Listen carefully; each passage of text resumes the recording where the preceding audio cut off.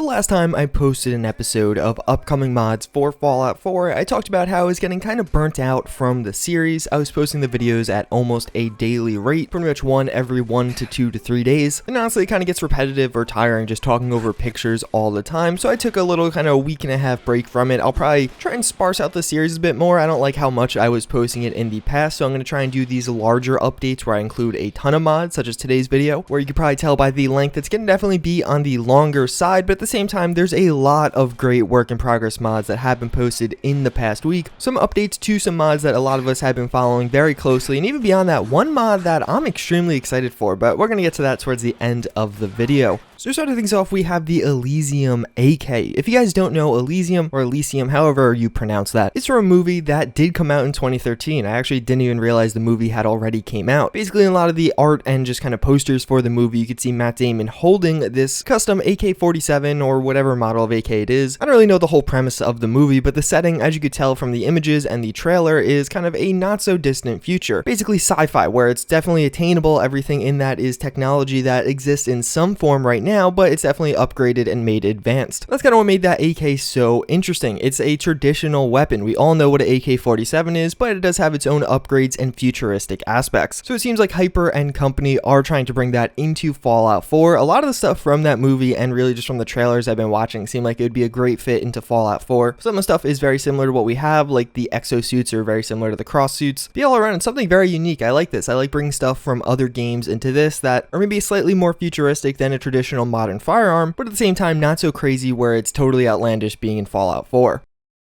So for another weapon from other media, this time coming straight from Fallout New Vegas, we do have another update to the Caravan Shotgun. So this time you can see there's been a lot more detail put into the weapon and just some of the accessories on it when compared to the last time we have seen it. Even just some of that embroidery looks a lot better in these images, even though it looked great before, but just this time you can see even some like zip ties in the weapon and stuff like that, as well as some duct tape on the back there. It just looks really good, and it's coming together as something that kind of looks very versatile. It looks like someone was actually using this gun. I really like the aesthetic they got down with this one. Sometimes weapons do look kind of rusted or scratched up and I don't like it, but this one I really do like it. I just think they really nailed it here. And even beyond that, all those images, we actually have some in-game screenshots of the gun. I know that's kind of the selling point for me, and of course they don't look as good as the renders, but it still looks really high quality. If you guys don't know, the Caravan Shotgun did appear in Fallout New Vegas. I know there's a lot of new people coming with Fallout 4. It's very similar to the double barrel shotgun we have right now. That being, it is a break action, but typically it'll probably fire a higher caliber, and it's just really one of those iconic guns that you got right at the start of the game or very early on and probably carried with you for a long while, similar to the double barrel shotgun again in Fallout 4. So here's some pictures of a new player home being worked on by Red Rocket TV. This is a mod author who has released a ton of player homes in the past. This time it's going to be the Adam Cat's player home. This is going to be right across from the Adam Cat's garage that is in vanilla Fallout 4, and as you can see, it's basically going to be another big warehouse supporting a lot of power armor that is again going to be a player home. So you could live in it, furnish it, it'll probably be a settlement also. This is looking really cool. I really do like this. I feel like Fallout 4 was severely lacking in a lot of kind of functional player homes. This looks like you don't have to modify it at all. You could just live in it, move in, put all your stuff there. The settlement system in Fallout 4 was really cool, but sometimes a little bit burdensome because I felt like I had to build my home when I just kind of wanted to buy my home. The only homes you could really buy were like a room and a bed. Again, this one's looking really cool. I like how the mod author did pay attention to the Adam Cat's liking power armor, so there is a ton of functionality and storage for that, as well as he always adds in some kind of custom scripts and unique things about his player home, so I'm excited to see what he does with this one. So this one's kind of interesting. It's going to be a World War I body armor. So basically a shaped steel plate, a fairly thick steel plate, but a steel plate nonetheless. If you played Battlefield 1, you've definitely seen this, but now we're going to get it in Fallout 4. I don't know what it is about this mod, but I just really love it. I love the idea. I love the concept. I think it'd be really cool if maybe someone modded this mod to actually add in what would be like an apocalyptic version. Like if this was actually available in Fallout 4, I imagine people would modify it, add in maybe like a pouch or something on it. I don't know. I just think there's some cool aspects here. It's a very boring and basic thing, although very cool. And I think there could be a number of cool interpretations based on the different factions, or even just having like a big faction logo across the chest would be another awesome implementation. But this is definitely going to be a mod I'm downloading. I don't know, I've always had a soft spot for things like this. This mod author has also been working on a bunch of other kind of early 1900s turn of the century era stuff, so I don't know if he's going to release them all individually, maybe in a pack, but either way it should be pretty cool.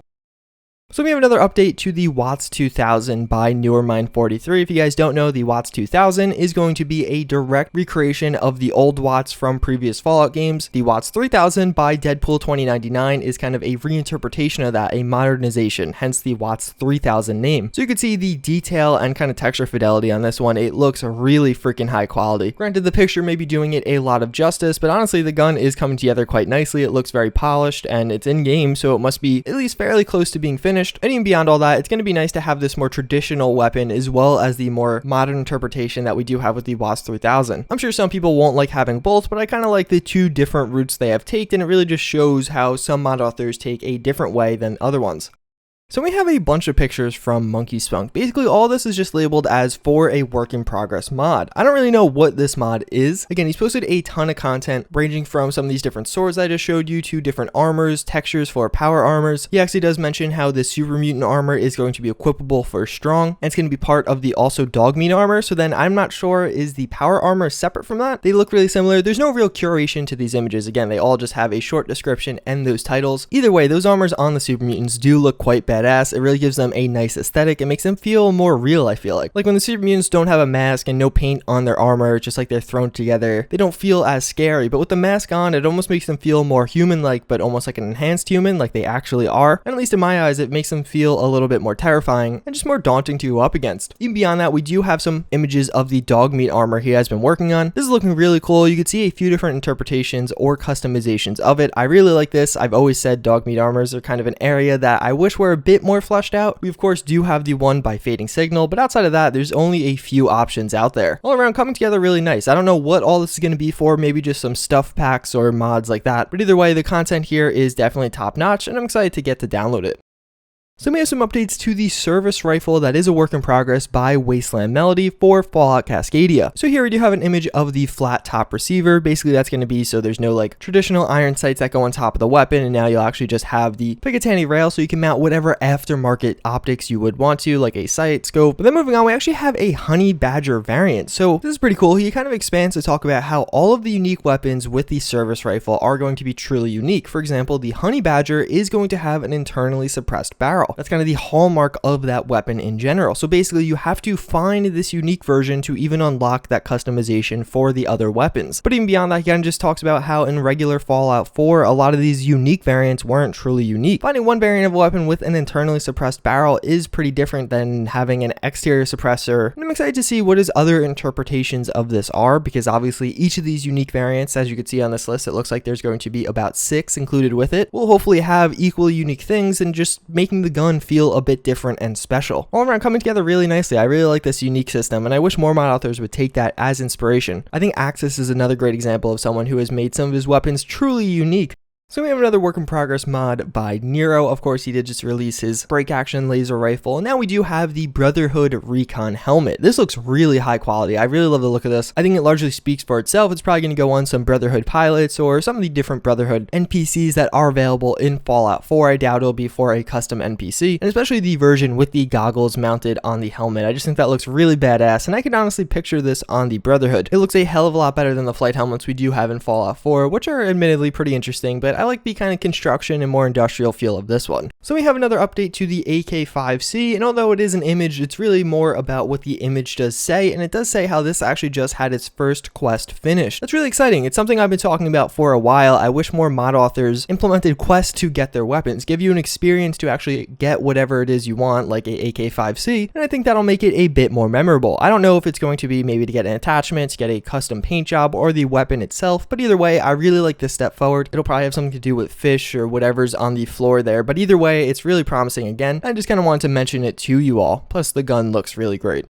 And then finally, the mod I'm probably most excited for out of all the mods I've shown you today, and that's going to be a winter overhaul. We have winter overhauls for Fallout 4. They basically change a lot of the ground textures, but this is taking things a step further. This is actually adding in a ton of new stuff to the buildings, to the floors, to some of the different miscellaneous objects you find around. I think what this mod does, which a lot of others don't, is maybe some of the other winter overhauls make it seem like it is winter for the season. This one looks like it's winter for the long haul, like it's been cold out for a a very long time. It really gives you kind of a metro feel, like you're in the post-apocalyptic winter, not just in the winter. I don't know, maybe I'm just like blowing it out of proportion, but I love the look of this. I will download this the day it comes out and probably use it along with some weather overhaul. I think Vivid Weathers has a winter method. I don't know, I just think it looks really cool. Great work here. I'm really excited to see further updates from this. I want to see other parts of the Commonwealth. Hopefully you get this released at least fairly soon, as winter is starting only shortly, but using this throughout January, December, even November, I think it's going to be a ton of fun. I love kind of making my game look like how it is outside. I don't know, maybe that's just me. I think a lot of other people do that though. But that's pretty much going to wrap it up for this episode. As always, I thank you guys for watching. Let me know in the comments down below, out of everything I did show you, which was your favorite. But yeah, again, thanks for watching. I hope you enjoyed, and I hope to see you all next time. Later.